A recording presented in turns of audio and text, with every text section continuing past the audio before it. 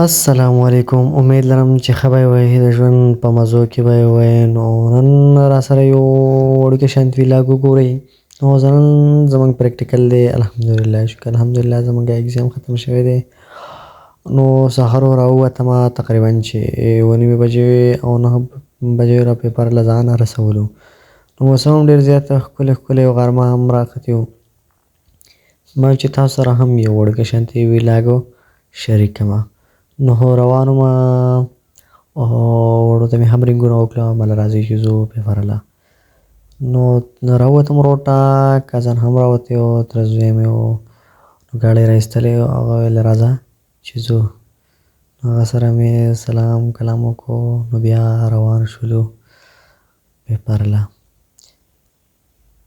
بس بازار ته راورسېدم، بیا هغه ته لږ ګاډۍ کې مسله راغله، نو زه بیا مله رکشې ته به وخېژمه.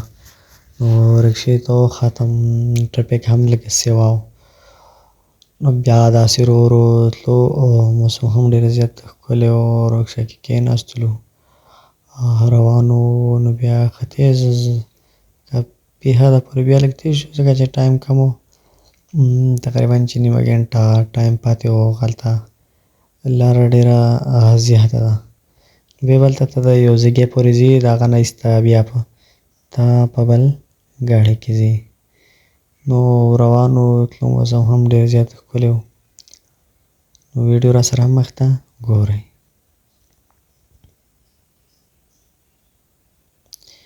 نو موسم ډېر زیات ښکلی و او د هر څه ډېره مزه کوله. نو تلو ورو ورو روان وو په لاره.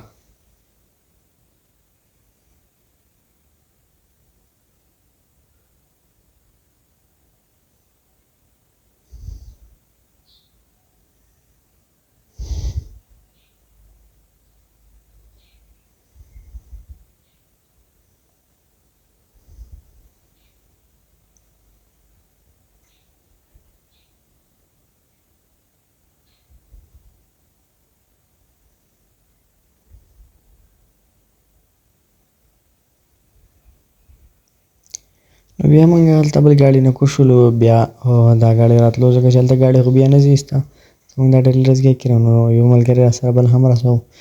نو بیا داسې ګاډۍ راغلی چې په سودا یې پکې وړه، نو هغه پسې ونښتلو. ماماجي ته مې ویل موږ ورسره ویسئ. نو هغه پسې وختلو، غنم هم غټ شوي وو، تقریبا چې ریبلو ټایم یې دی. نو ډېره مزه یې کوله. بیا ګاډۍ کې تر حده پورې لاړو. بیا دې کې یو خوند راځي، نه غټ ګاډو نه بغیر په هغه باندې وخته نه کېږي. نو ګاډۍ کې ناست وو او موسم هم ډېر زیات ښکلی و. تاسو یې ویډیو کې کتلی شئ. نو مشکلات هم و، خو زه بهر کې بیا هم موږ خپل منزل ته ورسېدو، الحمدلله 10 منټه مخکې ورسېدلو خپل ځای ته. نو ویډیو راسره مخ ته ګورئ.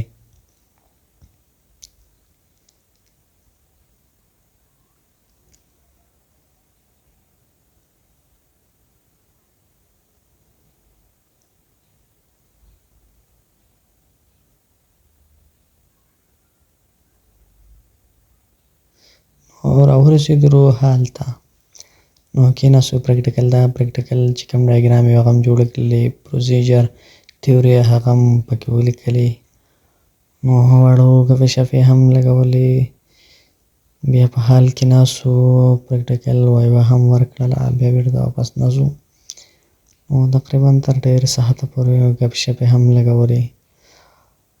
ملګري وو، نو ډېر ملګري هم راغلي وو پکې، داسې ډېر زیات وو. نو الحمدلله چې ویلاګ به ستاسو خوښ شوی وي. راورسېدلو واپس بېرته کور ته، ځکه چې په لاره ګرمي وه او ویډیو مې نوره هم ونه کړه. مې ویل چې اوږده کېږي. نو بیا چې کور ته رارسېدم دا ویډیو مې وکړه. امید لرم چې ستاسو به خوښه شوي. زما فرسټ ویلاګ دی، ضرور مې سپورټ کوئ او ویډیو تر اخره وګورئ او شیر هم کړئ.